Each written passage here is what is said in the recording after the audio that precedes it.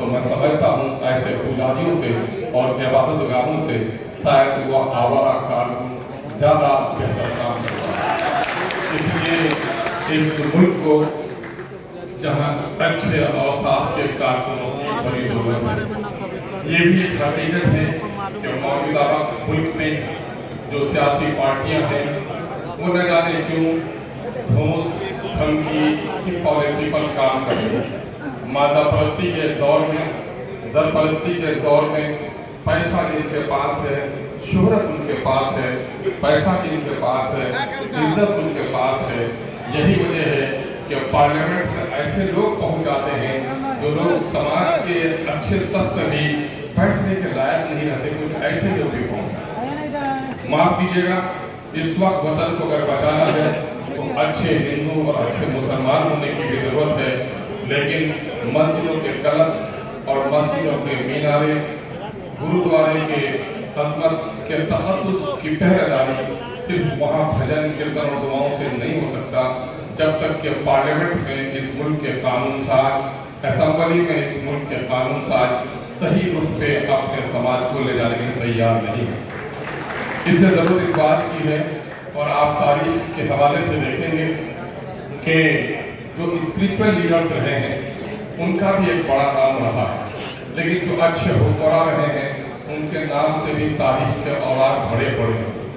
اس وقت چونکہ اچھے ورکرز سے مراد ہے پولیٹیکل ورکر، اس لیے میں آپ سے گزارش کرنا چاہوں گا کہ تھوڑی بات اگر طرز بھی ہو تو معاف کر دیجیے گا، چونکہ ہماری اور آپ کی خواہش صرف ایک اچھے ورکر بننے کی نہیں ہے بلکہ ایک اچھے لیڈر بننے کی بھی ہے، اور لیڈر بننے کی خواہش کو اس ملک میں بہت سارے لوگوں کو ہے، کسی کو دولت کے لیے ہے، کسی کو عزت کے لیے ہے، کسی کو شہرت کے لیے ہے، لیکن مبارک کرے بیرسٹر اسد الدین اویسی صاحب کو اور ان کے بزرگوں کو کہ اللہ تبارک تعالیٰ نے ایسی قیادت دی جو قیادت عزت، شہرت اور دولت نہیں بلکہ انسانی خدمت اور ملک کی عظمت کے لیے قیام کرتی ہے۔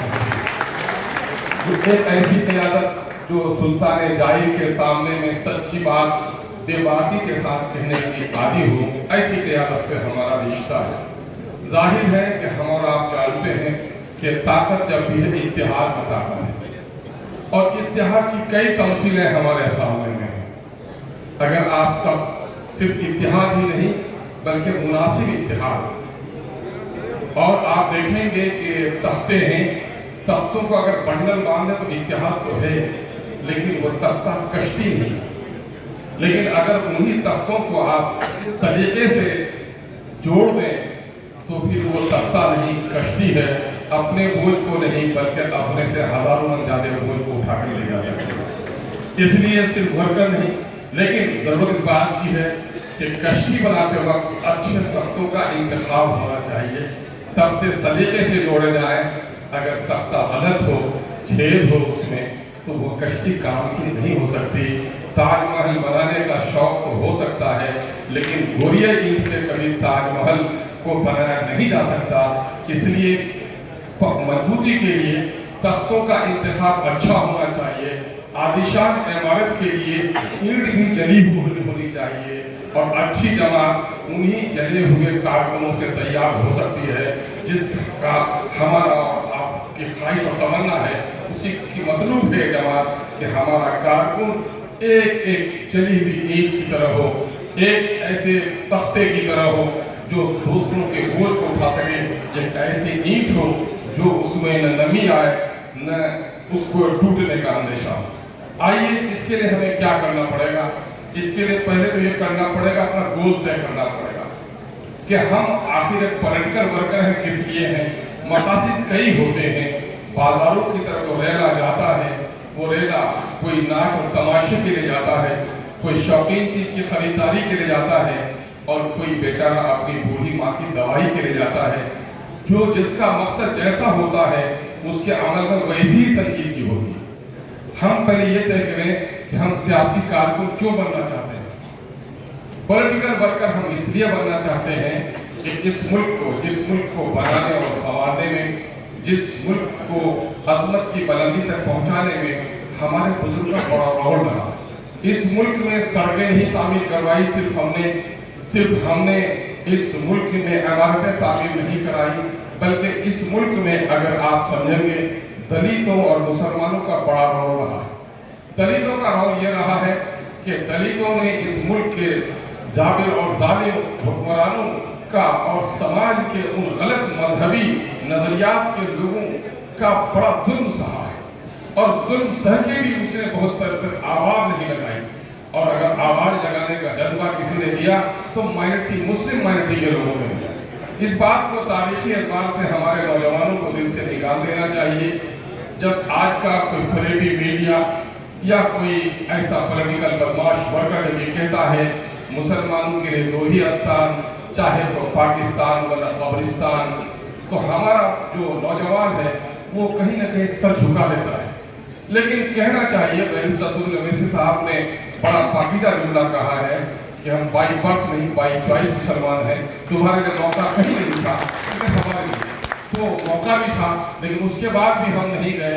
ये तो वतन से हमारी वफादारी की दलील है। लेकिन मुसलमान कह के कभी कभी ये कहते हैं कि अरब से आए, इन नादानों को बता देना चाहिए कि हम मूल निवासी हैं।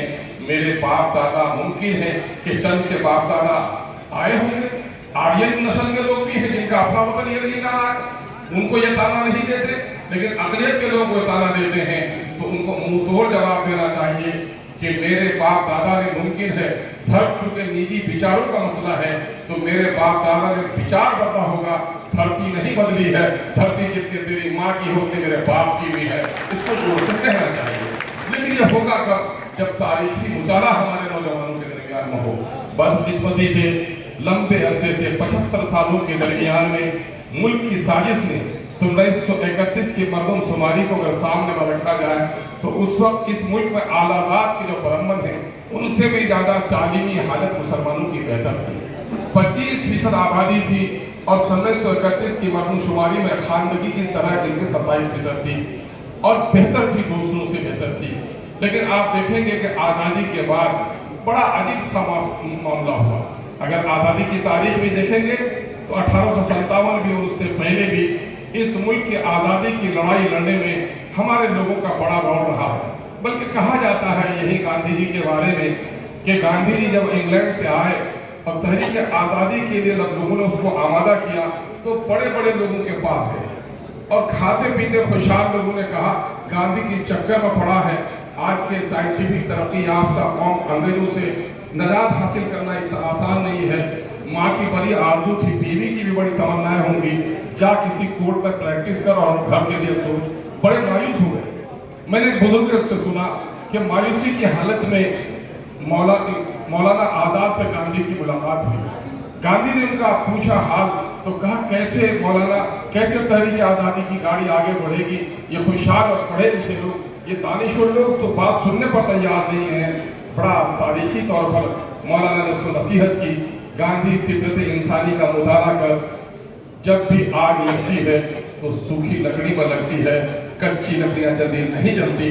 तुमको अगर आज़ादी की तहरीक चलानी है इन खाते पीते लोगों के घरों में नहीं, दलितों और पसमानदा तबके के दरमियान में जाओ जिन्हें इज्जत की रोटी की आरज़ू है। चुनांचे उन्हीं के कहने पर गांधी जी ने दलितों की बस्ती का रास्ता इख्तियार किया और सबसे पहला काफिला आज़ादी का अगर सड़क पर निकाला तो दलितों के जरिए से गांधी ने निकाला। इस मुल्क में दलितों पर जो जुल्म हुआ था उसमें भी हमारा बड़ा रोल रहा है। तारीखी कुछ तस्वीर आप देखते होंगे, एक दलित की तस्वीर दिखाई जाती है, दलित भाई में और हमारा पुराना रिश्ता रहा है। मुमकिन है कि हम भी उसी दरमियान में से आए। मैं तो हमारा क्योंकि विश्वास ये है, ये कोई मजहबी जलसा नहीं है, लेकिन जो सच्चाई है कि मुसलमान से रस से पुरन कोई नहीं हो सकता, इसलिए कि ला इक्राहा फिद्दीन का फलसफा हमारे दरमियान में है।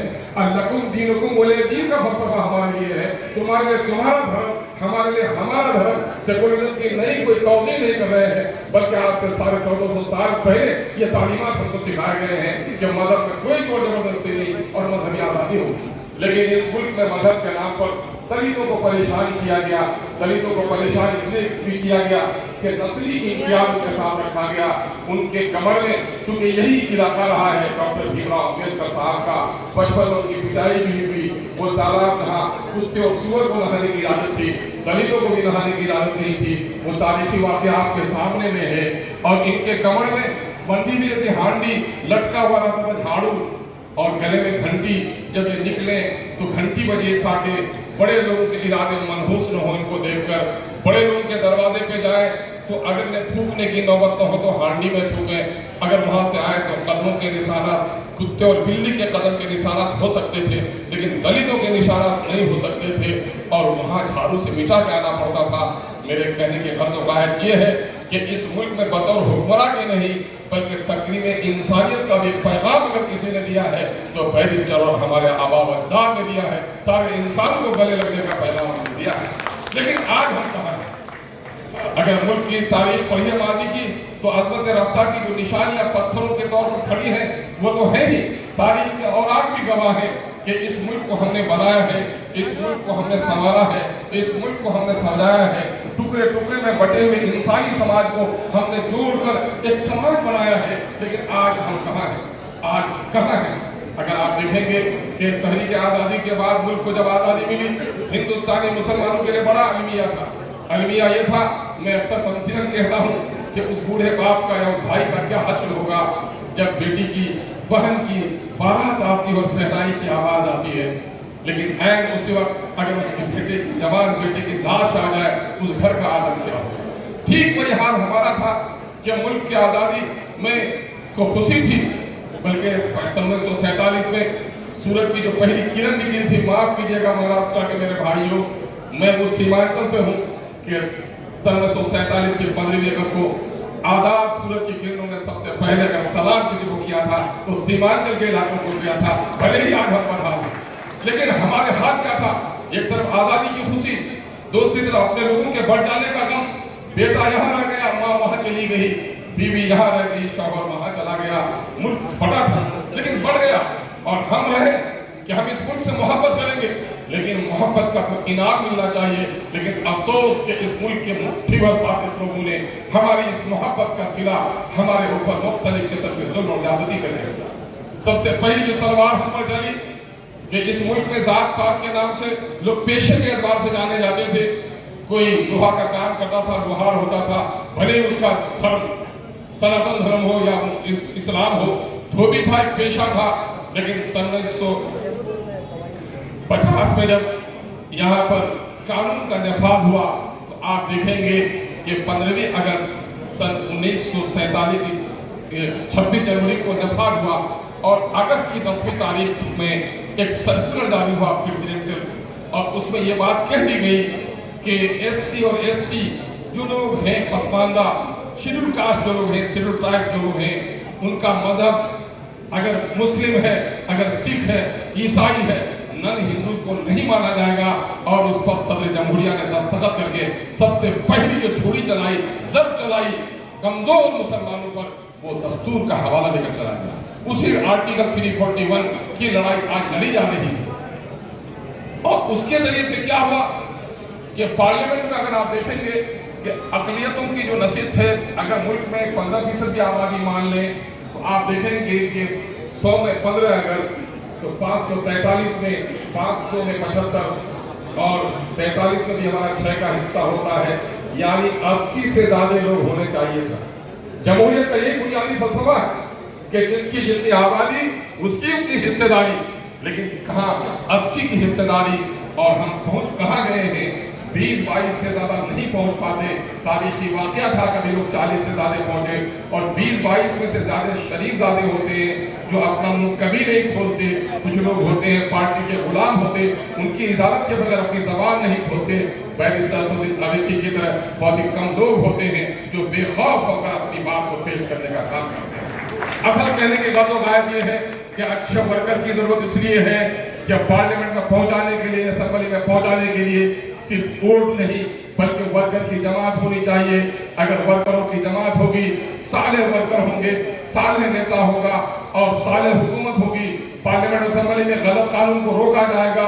इस मुल्क की गंगा जमनी तहजीब और सेकुलरिज्म की हिफाजत अगर मुमकिन है तो हमारे बगैर मुमकिन नहीं हो सकती। इसलिए हम पर बड़ी जिम्मेदारी है इस मुल्क में, चूंकि माजी में हमारे असलाफ ने इस मुल्क को संभाला है, आज भी अगर मुल्क डोल रहा है तो हमारी बड़ी जिम्मेदारी है इस मुल्क को संभालने के लिए हम आगे बढ़े। मैं MIM के नौजवानों से, चाहे वो किसी जात और मजहब के हों, मैं उनसे कहूंगा کہ سب سے پہلی ذمہ داری وفاداری کی ہے، فرما برداری کی ہے۔ طاقت بغیر جماعت کے نہیں، اور جماعت بغیر اطاعت امارت کے نہیں۔ طاقت جماعت میں ہے، اور جماعت بغیر لیڈر کے نہیں، اور لیڈر بغیر اطاعت اور اوبیڈنسی کے نہیں۔ وہی جماعت دنیا میں کامیاب ہوتی ہے جو اپنے لیڈر کو فالو کرتی ہے۔ دیکھو میں دو چیز ایک بات کہوں گا، ایک چیز ہے جماعت، ایک چیز ہے بھیڑ۔ جماعت کہتے ہیں یہ خاص ڈسپلین، نظم و ضبط کے ساتھ انسانوں کی جماعت کو، اور بازاروں میں جو انسان کی بڑی جماعت آپ دیکھ رہے ہیں وہ بھیڑ ہے۔ بھیڑ میں طاقت نہیں ہوتی، طاقت جب بھی ہوتی ہے جماعت میں ہوتی ہے۔ میں اپنے گاؤں کے لوگوں کو سمجھانے کے لیے اکثر کہتا ہوں کہ کہیں کوئی عمارت تعمیر ہونی ہے اور وہاں کانٹریکٹر نے 10-20-25 ہزار اینٹیں جمع کر رکھی ہیں، اور اس میں مئی جون کی چلچلاتی دھوپ ہے، ایک مزدوروں کی جماعت اس کے سائے میں بیٹھی، سورج ڈھلا ہے، سایہ آیا ہے، اس کے سائے میں وہ بیٹھے، لیکن جو ہی آندھی اٹھتی ہے مزدوروں کی وہ جماعت یا سائے میں بیٹھا ہوا انسان وہاں سے بھاگ جاتا ہے۔ کیوں؟ اندیشہ ہے کہ اینٹ تو 40,000 ہے، لیکن یہ جو طوفانی ہوا چلتی ہے اس کو یہ روک نہ پائے گی، گرنے کا اندیشہ ہوتا ہے۔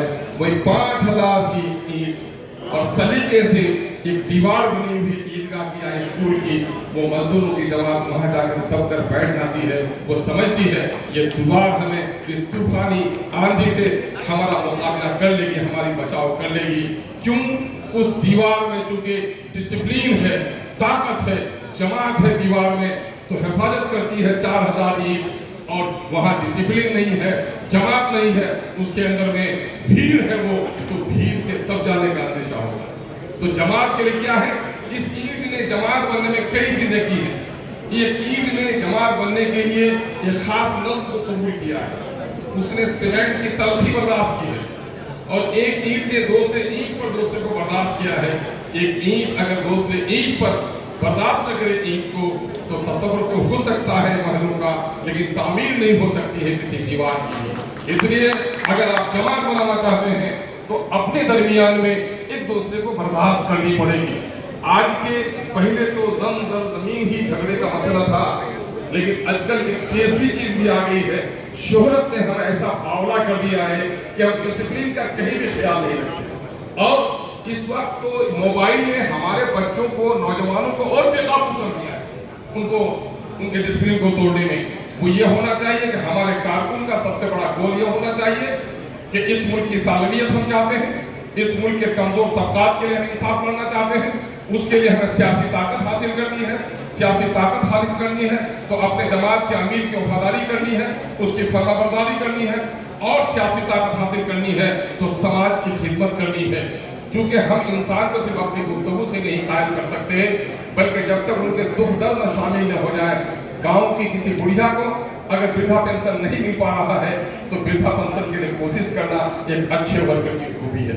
اچھے ورکر کی خوبی صرف ڈائس میں آ کر تقریر کر لینا، اپنے نیتا کے بازو میں تصویریں چھپوا لینا نہیں ہے، بلکہ بسا اوقات نیتا کے قریب ہو بھی نہ پائے، لیکن نیتا کا جو مقصد ہے اور پارٹی کے جو عزائم ہے کہ سماج کے کمزور طبقات کو، غریبوں کے بچے اسکول کیسے جائیں، بیماروں کو دوا کیسے ملی ہے، اگر سڑک ٹوٹی پڑی ہے فوری طور پر ڈپارٹمنٹلی ٹھیک نہیں ہو سکی ہے، اگر ایم آئی ایم کا 10 نوجوان ہے تو وہاں وقتی طور پر کچھ ریٹ ڈال کر مسافروں کے لیے آنے جانے کا راستہ اگر بہتر کر دیتا ہے، اور اگلی بستی میں خندق اگر نظر آئے تو لوگ یہ کہنے پر مجبور ہو جائیں کہ اس محلے میں چونکہ ایم آئی ایم کے نوجوان ہیں، سڑک سرکار کوئی طور پر مرمت ہونی تھی لیکن نہ ہو سکی مرمت، لیکن ان نوجوانوں نے وقتی طور پر راحت پہنچا دینے کا کام کیا ہے۔ یہ افادیت ہمارے لوگوں میں ہونی چاہیے۔ ہمارے لوگوں میں یہ کرنے کے لیے ضرورت دونوں طرف سے ہے کہ صرف یہ وفادار ہو جائے ورکر، اس میں لازم ملزوم ہے کہ جو ان کا امیر ہو،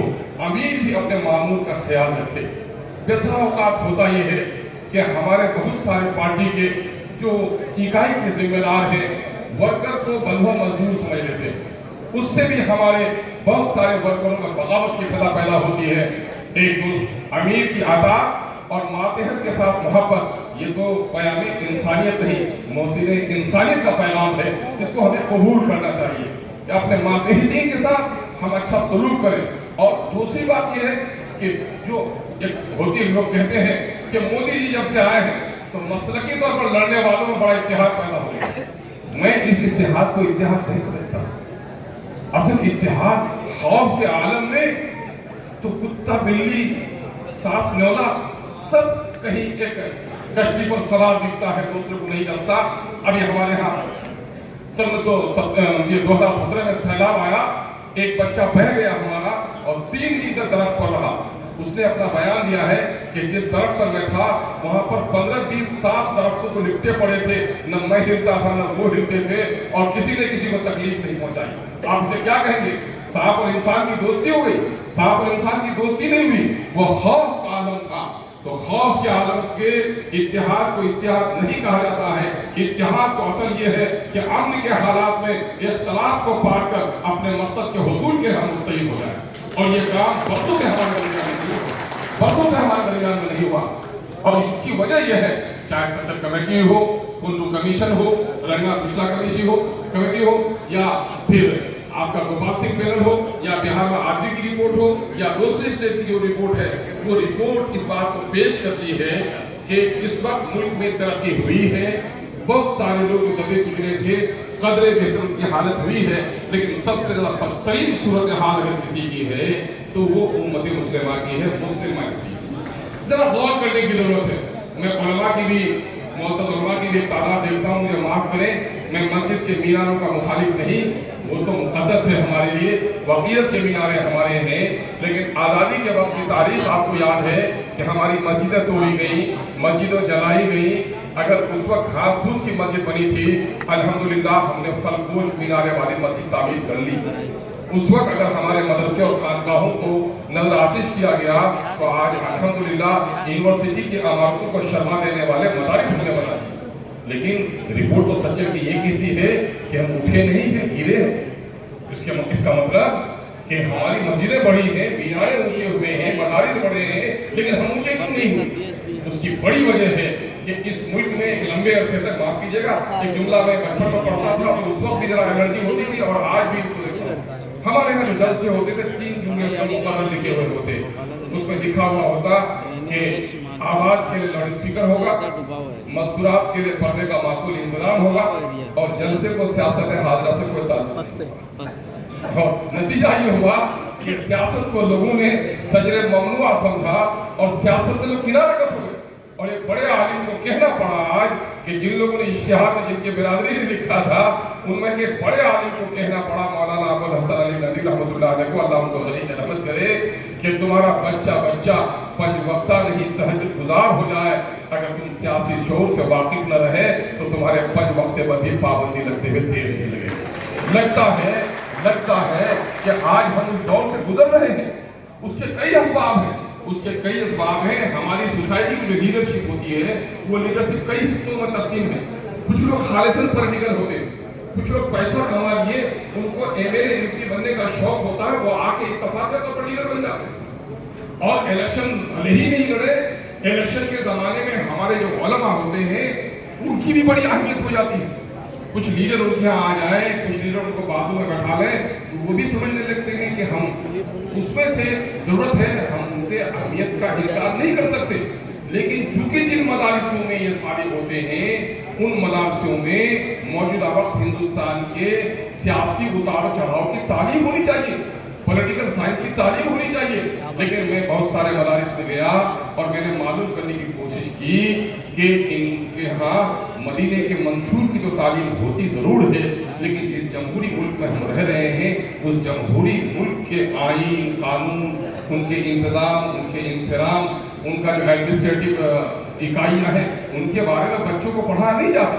بلکہ میں نے کئی جگہ گزارش کی اور مطالبہ کیا کہ آپ ان کو نصاب کا شامل کیجیے تاکہ یہاں کے فارغین جائیں ہمارے تو ہماری اچھی نمائندگی کریں. اور میں تو امید کرتا ہوں کہ اگر ایسے تراشیدہ لوگ جو لوگ دیانتداری کا پیرہن اوڑھ کر آتے ہیں, وہ لوگ اگر سیاسی شعور سے آگاہ ہوں تو ہمارے سب سے بہترین قائد ہو سکتے ہیں. مولانا آزاد کی جگہ آج بھی خالی پڑی ہے, اسی مولانا کی تلاش ہے جو قرآن کی تفسیر بھی لکھتا تھا اور گاندھی اور نہرو کو سیاست کے اسباب بھی پڑھاتا تھا. آج ضرور اس بات کی تو ہمیں اچھے ورکر بننے کے لیے ہمیں करना पड़ेगा कि इस मुल्क में अगर हम इज्जत के साथ रहना चाहते हैं, और एक बड़ा मकसद जो पूरी इंसानियत का है और मुस्लिम लोगों के लिए ज़्यादा है जिम्मेदारी, वो ये है कि अगर आप महाराष्ट्र के इलाके में हैं, आप हैदराबाद के इलाके में हैं, मैं अपने लीडर को मुबारकबाद देता हूँ कि हैदराबाद में रहकर अपनी सियासत को मजबूत और मुस्तहकम करने, अपनी शोहरत, अपनी इज्जत और अपनी सियासी पार्टी के इस्तेहकाम के लिए काफ़ी था।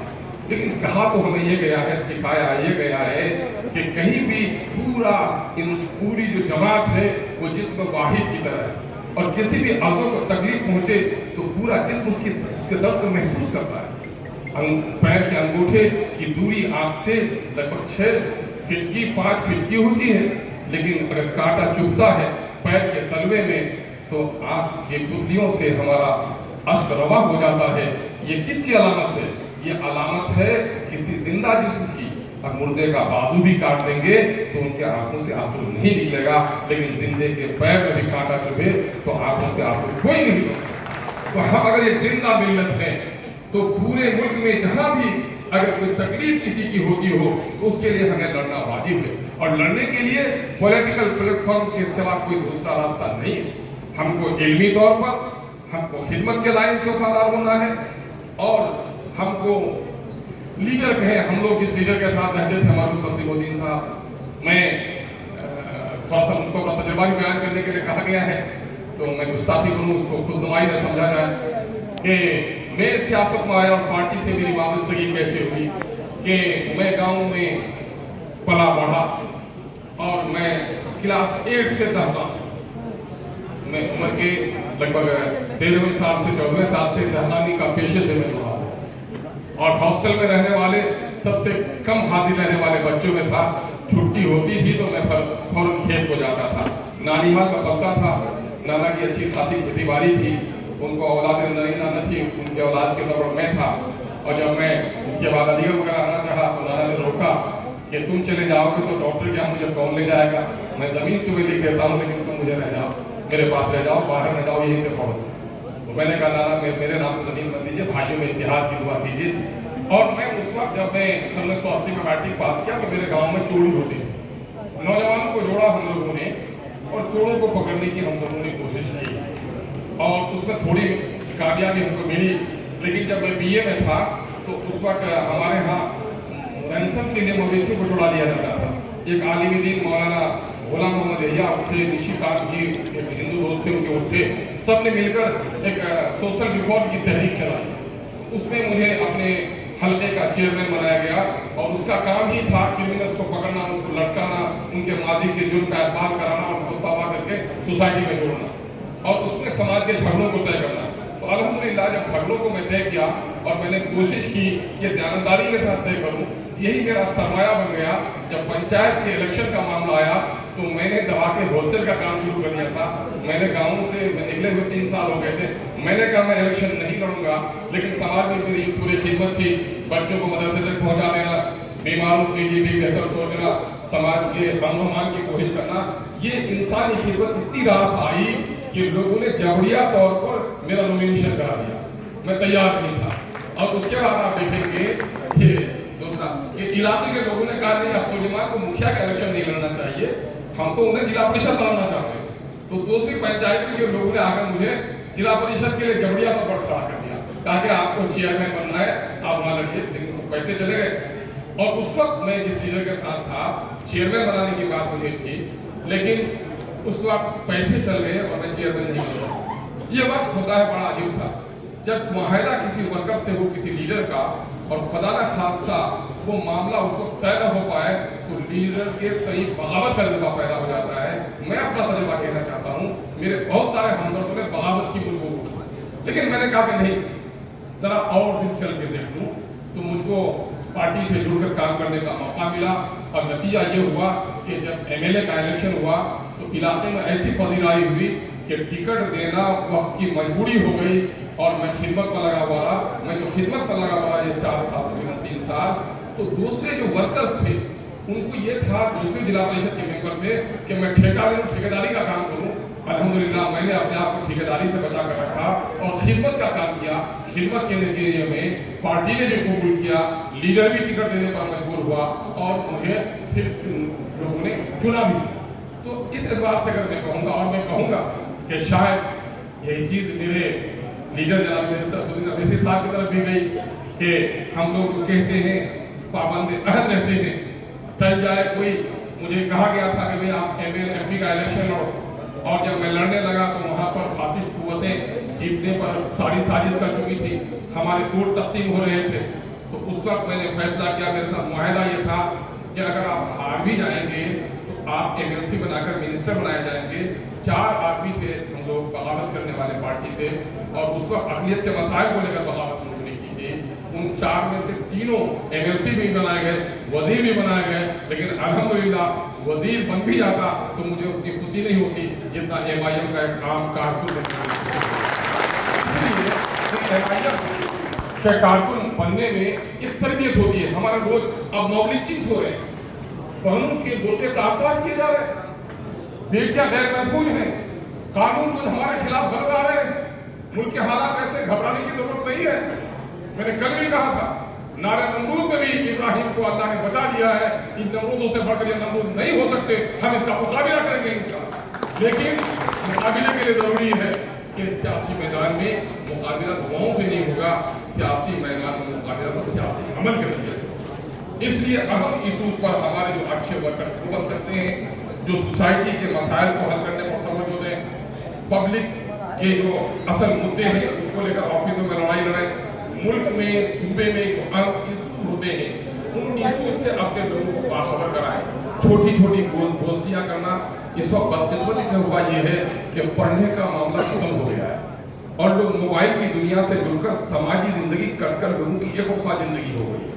लेकिन जरूरत है कि हमारे MIM के जो वर्कर हैं वो चौपाल बैठाएं, चाय के नाम पर महफिलों का इनेकाद करें, और हमारे दरमियान में चूंकि बाल मजदूर माइनॉरिटी के लोग ज्यादा हैं, दलित लोग ज्यादा हैं, कम पढ़े लिखों की तादाद दलितों की ज्यादा है। एक जमाना था सैयद हामिद हुसैन से कहा गया कि हामिद साहब आप UPSC की जो तैयारी करा रहे हैं तो पॉलिश टाई